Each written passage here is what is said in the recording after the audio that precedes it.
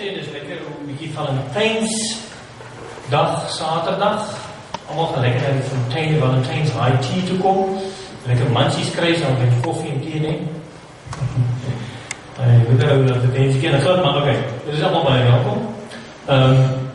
Ons in die gemeente het ons vir 'n tyd gesê, maar ons gaan 'n bietjie gesels oor verhoudings, nee. So ons sien dat dit nou Valentynsdag is, en ons dus 'n bietjie praat oor verhoudings tussen mans en vrouens.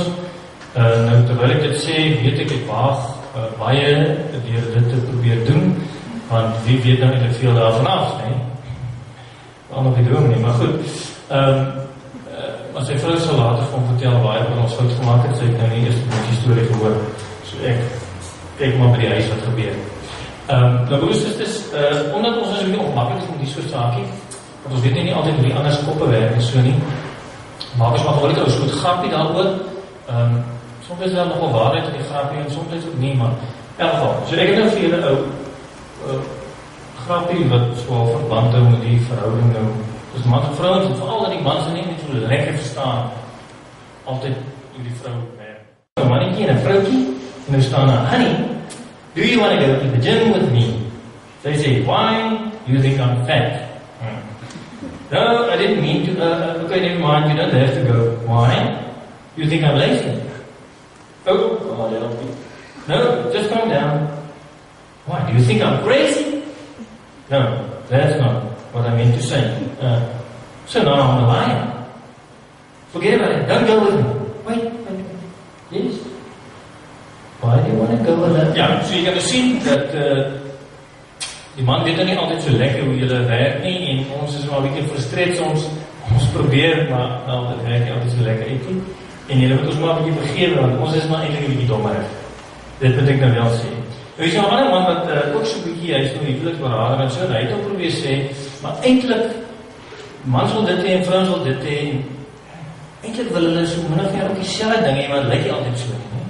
Ons het verskillende maniere om dit maar te soek en ja, te probeer kry. Ons kan nie sê is guy flicks, chick flicks, eintlik soek ons dieselfde ding. Ons soek die man wat weer die vrou gaan kry. Deur al die obstakels, die oorlog heen, en maar weer vir haar gaan uithaal uit die draad sommer, nee. Nou, in die gedeelte wat ons nog gelees het ons ook 'n pragtige verhaal van die liefde tussen Isak en Rebekka. Nou, daai het nou nie helemaal so lovey-dovey gewees soos vandag, waar jy nou mekaar ontmoet, en dan sluit jy ook ons hou nou vir mekaar, en dan trouwens. Nee, het bietjie anders gewerk. Die ouers het besluit, nee, dat het wel gereël, dat jy moet met daai trou, en dis hoe het was. En wat er gebeur is, Abraham raak 'n bietjie oud, Sarah is oorlede, en hy kan ook sien, Isak is nog 'n bietjie alleen, en so, en hy treur oor sy ma wat dood is, en hy gaan nog 'n vrou kry, maar hy wil nie van die Kanaaniese vrou daar waar hy bly nie. Hy wil daar waar hy vandaan kom, 1000 kilometers ver, hy sê van die daar wil hy vir hom 'n vrou kry. En dan sê hy met sy slaaf, hy moet beloof, hy moet asseblief vir Isak dan nou 'n vrou gaan haal, daar ver. Nou vat hy nou sy goedjies na, gaan hy tot daar, die ander slaaf, hoe jy nou moet hy matchmaker speel, want hy nou van die liefde af. So hy sit in Barama by 'n put, 'n bietjie ook verdwaal verlore, en hy bid vir Here, en hy sê, Here, asseblief, jy moet nou vir my wys, want ek weet nou nie lekker nie. Wys vir my, wat is die regte vrou vir Isak? En hy sê, ja, goed, sê nou maar, in die teken van die wees, as ek nou vir een vraag, help my asseblief, want sy nou vir my waardig gee, vir my kameel en alles, kom jy so miskien sê, jy lekker om en so, nee, en dan sê dit nou die regte een wees vir Isak.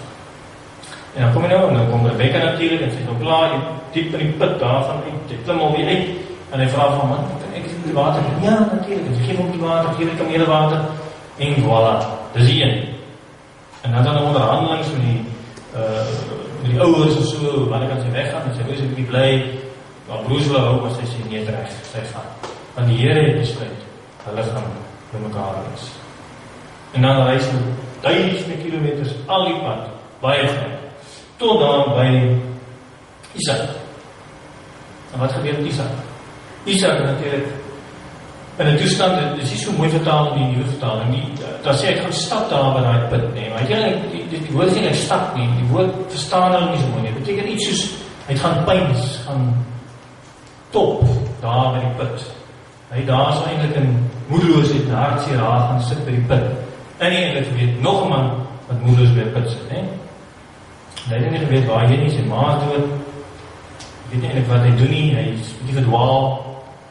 En dan hierdie fantasties toneel, waar sy dan nog aangereik om die kamele, en hy kyk half uit hierdie hartseer, dan kyk hy op, en daar sien hy pragtigste vrou, op die kameel ry, is eintlik, jy sou kon sê, love at first sight, en sy spring af, sy sien hom ook onmiddellik, spring af, en vraag die slaap, wie is hy, en dan sê die slaap, nee, maar dit is die eienaar, dit is iemand die gaan trou, en jy kan so hoor, hoe klop haar hart, vinnig, mooi ook, en daarso is dit geskiedenis, en hulle het getrou, en hulle, daar staan, en Isak het hartseer was, soos sy ma is getroos. En broers en susters, dit is ook net 'n wonderlike verhaal van liefde. En miskien het baie van ons daai verhaaltjie. En miskien het baie van ons daai verhaaltjie gehaat. En dan so baie ver terug. En ons weet nou nie meer hoe om by daai verhaaltjie uit te kom nie. Want dit is in die lewe gebeur. En die sonde het gebeur. En die harde harte het gebeur, en die werk het gebeur, miskien die kinders gebeur. Kloppies het gebeur, en wel, toe eindig het nou nie helemaal so romanties as ons onsself voor te stel. En broers en susters, dit is nie 'n unieke verhaal nie, dit is 'n verhaal van baie van ons verhoudings. Want die duiwel en die sonde dring daar tussen ons in. En ons wil eintlik maar net een ding hê, liefde. Ons begeer daarvan. Ons is besig met al en ander. Nou ietsie van wat geïllustreer in die verhaal van wel zwaar van verhaal wat is sielkundige vertel, het is op die radio gewees, Afrikaanse stasie, waar die sielkundige nou probeer illustreer het wat 'n man voel. Want gewoonlik die vrouens, hulle kan nog sê, oor die algemeen, die sê wat hulle voel en spreek emoties en so. Maar ons mans is 'n bietjie clueless. En nou het hy so half probeer om by wyse van 'n verhaaltjie wat hy gemaak het, te vertel hoe die dinge wat 'n man nooit eintlik vir 'n vrou sê. Ja, dit is soos ek sê, met die chick flicks, eintlik, soos al die ander goedjies wegskraap, wil ons eintlik maar net prinsesie hê, en ons wil die hero wees. Ons maak het so moeilik vir mekaar, dat daai goedjies verdwyn, met al die geraas. En broers en susters, dit is ons almal se verhaal, ons spuitjies droog op, net soos die liefde droog het op. Maar ons lees in die Nuwe Testament van nog 'n vrou wat by die put staan, ook met liefde wat opgedroog het. Want sy het al 5 mans gehad, en een wat sy nou het wel, weet sy ook nie eintlik so lekker nie. Dan kom Jesus by haar en hy sê van die volgende woorde: elkeen wat van hierdie water drink sal weer dors kry, maar elkeen wat drink van die water wat ek hom sal gee, sal in ewigheid nooit dors kry nie. En die water wat ek vir hom en vir haar sal gee, sal in hulle word 'n fontein van water wat opspring tot in die ewige lewe. Broers en susters, wat baie van ons mans nie reg gekry het, dit het Jesus gedoen. Hy het teruggekom vir die vrou. Hy het geveg teen die sonde, teen die verveling, teen die TV, teen die kinders, teen die werk, om vir haar te kry. Daar by die put, as hy verdwaal verloor is. En dit is ons werk. Ons moet so vir mekaar lief hê. En daarom moet ons aan liefde put, gaan vind daar by die bron van liefde, Jesus Christus self.